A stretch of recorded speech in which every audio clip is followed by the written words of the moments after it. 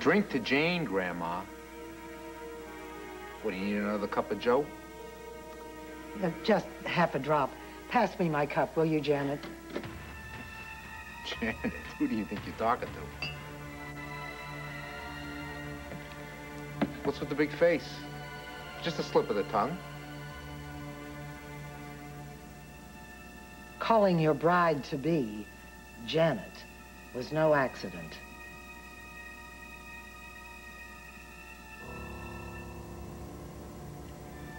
Janet Green was transferred to Greenbrier Correctional Facility, the one right near Pine Valley? Yep, that's the one. Kendall served her sentence at Greenbrier.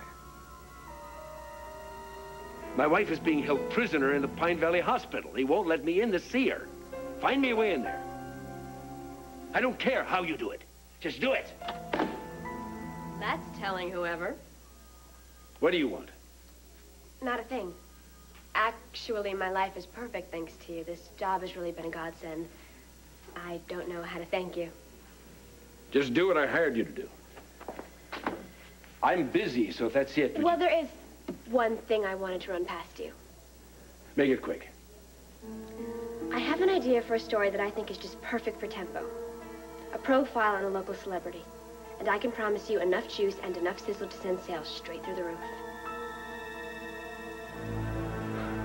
Adam has reached an all-time low. I mean, hiring Kendall Hart to work for him at Tempo? Yeah, but I thought Brooke was in charge of hiring and firing. Not since Adam bought the magazine. I mean, according to Brooke, her hands were tied. I'd like to tie up the rest of her body and leave her on a railroad Look, Erica, I'm sure Brooke is just as upset about Kendall working there as you are. Oh, please. I'm sure that she enjoys having her do the grunge work for her. Brooke English gets a little perverse thrill out of that. Brooke is not like that. Don't you dare defend her. I am not defending her. I am just asking you to please forget about Kendall Hart. Look, you have the good fortune that now she's Brooke's problem. I would like that two-faced liar out of town. So what do you plan to do? Strap her to a rocket, run her out on the rail, have the villagers chase her out with torches? What? Don't tempt me. Look, I guess I have to be more practical. So for starters, you have got to help me get her fired. Oh, no. I'm sorry, Erica. I cannot do that. As soon as we get these forms signed, we can get out of here. You sure you're strong enough, son? Yeah, I'm fine.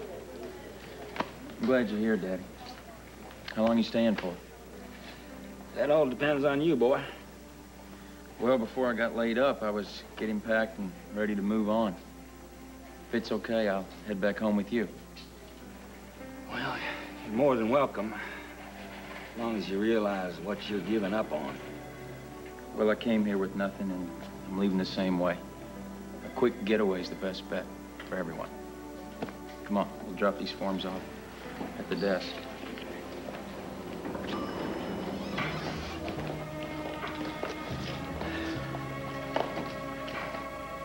Well, look who's here.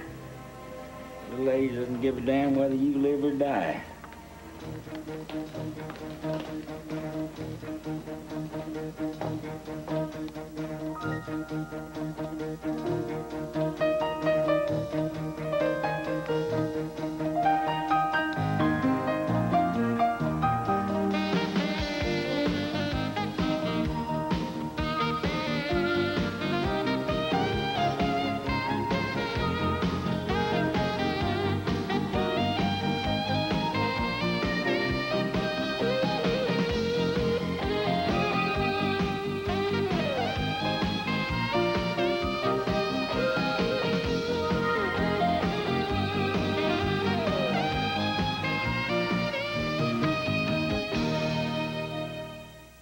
All My Children, brought to you by Pantene Pro-V Shampoo and Pro-V Treatment Conditioner for hair so healthy it shines.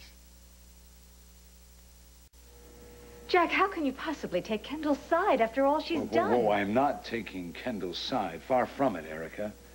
In fact, I think the idea that she has a job with a national magazine like Tempo is far from what she should get as just desserts. Well, then fine. Then help me. Help me get her just desserts. And how do you propose to accomplish that? There must be a million ways to pry her from out behind that desk. Great, such as, give me one. All right, we could sue Adam, we could sue Brooke, we could sue the whole magazine. On what grounds? Well, you're the lawyer. Yeah, that's right. I'm the lawyer, and I can tell you there's been no crime committed. There's no way to sue She's them. a convicted liar.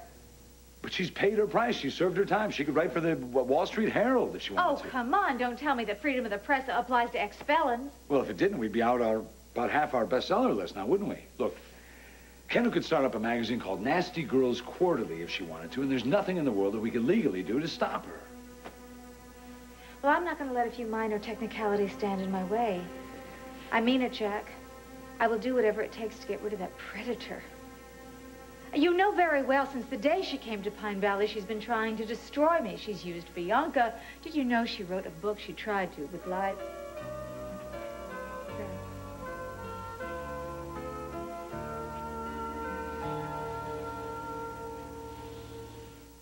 The story will be part profile, part expose. A celebrity unplugged. Ah, go on. The stories they run in those high-gloss weeklies are so sanitized and so airbrushed, it's a joke. Readers want to know what's behind the public persona. So why not give them a slice of a superstar's life, but told from an insider's perspective? We're talking nothing censored, just unvarnished truth. It may have possibilities. I'm sure of it. And the best part is the research is all done. I mean, it's all there. The cracks in the porcelain doll seen up close and personal. I bet we can even get a cover out of it.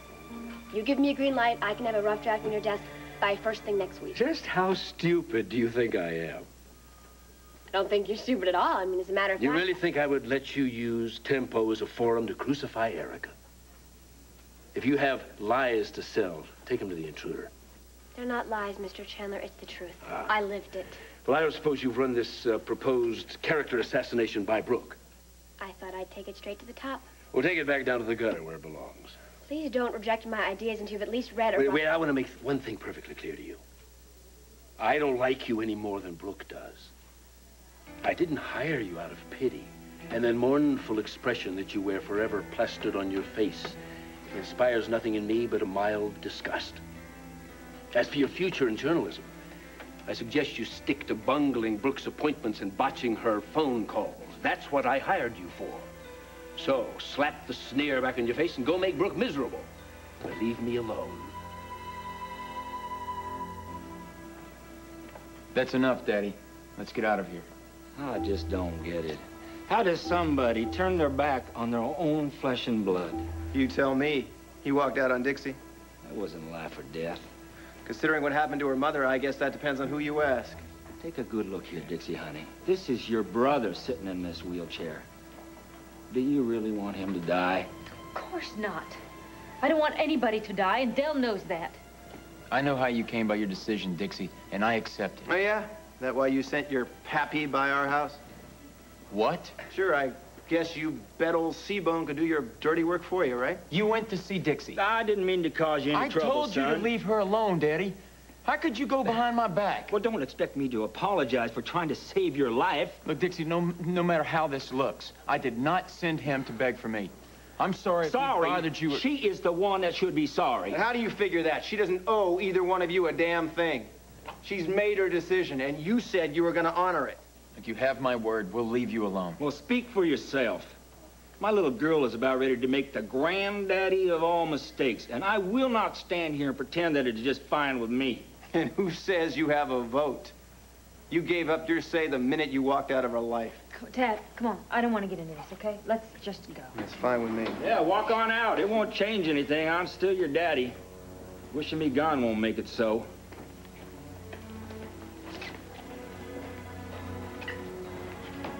Will someone tell me that I am hallucinating? Well, as I live and breathe, Pete Cooney. Well, now we have all the fixings for a real down-home family reunion.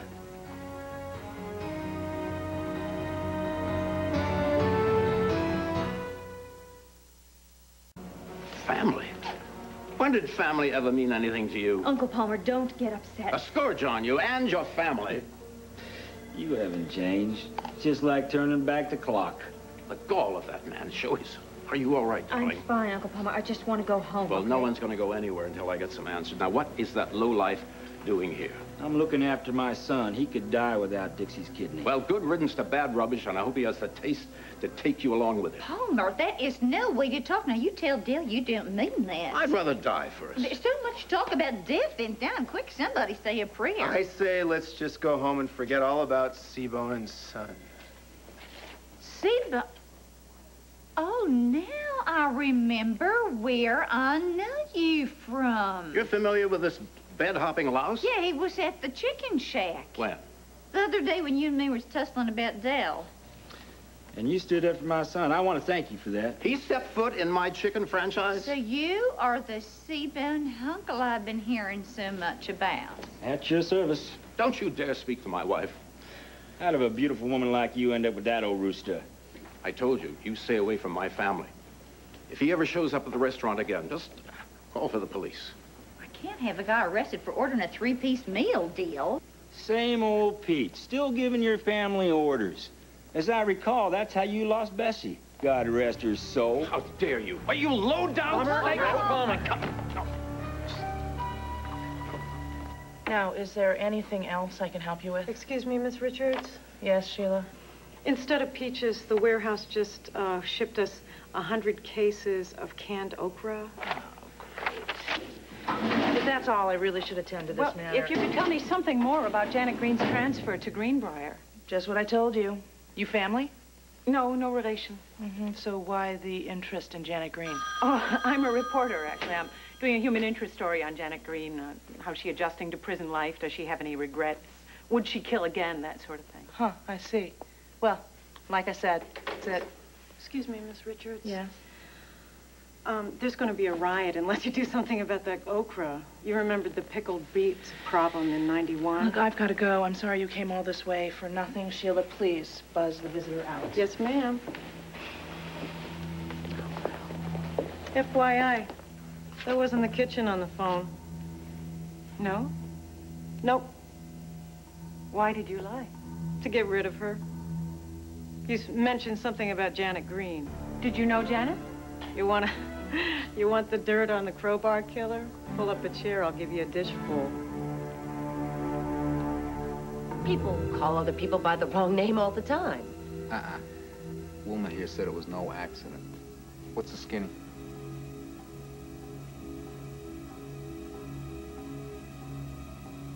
It's, just that Jane reminded me of Janet. Those are fighting words. I don't mean to imply that she's a deranged killer or anything like that. Spare the praise. Just the way that Jane was gorging herself on donuts reminded me of my daughter, licking the icing off her fingers, smacking her lips. It was just as though Janet was right here with us. You're saying that the way Jane smacks her lips gives you flashbacks to Janet from another planet? I can't help it. That's just the way it is. Yeah, well, get over it. And warn me the next time I'm eating a banana if I remind you of King Kong. Did she hurt your feelings? No, it's all right.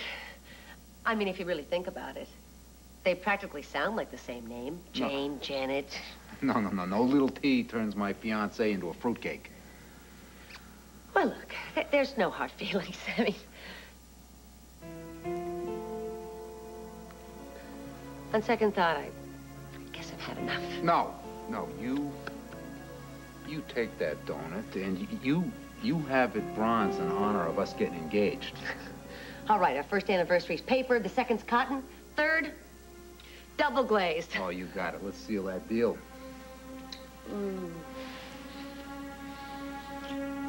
You need a ride to work? I'd love to give it to you. Actually, I've got my car, and I want to show the ring to Amanda. I broke the news to her during potty training. She waved and gave the high sign. Said it's a great idea. You ladies have a great day. And you watch your mouth. Later. You want to play down and dirty? Well, that's just fine. Only remember one thing. I learned from the master.